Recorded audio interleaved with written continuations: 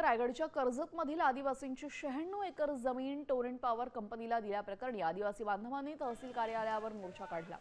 आदिवासींना विश्वासात न घेता 99 वर्षाच्या करारावर जमीन दिल्याचा आरोप आदिवासींनी केलाय।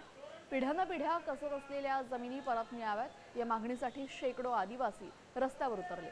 या मोर्चाला संभाजी ब्रिगेड आणि कर्जत बचाव समितीने पाठिंबा दिला असून मोठ्या संख्येने आदिवासी बांधव या मोर्चात सहभागी झाले।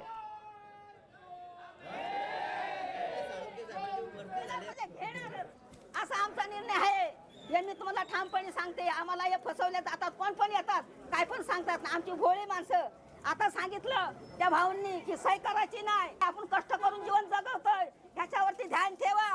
आज मी आज आहे तर उद्या नाही, माझं काय होईल काय नाही ते सांगू शकत नाही, पण या जमिनीसाठी ना मला फाशीला घेतलं तरी मी जाईल। शासनाचे प्रतिनिधी म्हणून इथं काम करत असलेल्या तहसीलदारांना हे जमीन टोरंट कंपनी म्हणजे जे काही टोरंटचं धरण होतं आहे, या धरणाच्यासाठी हे 96 एकर आदिवासींची जमीन 30 वर्षाच्या करारानं ती टोरंट कंपनीला दिलेली आहे।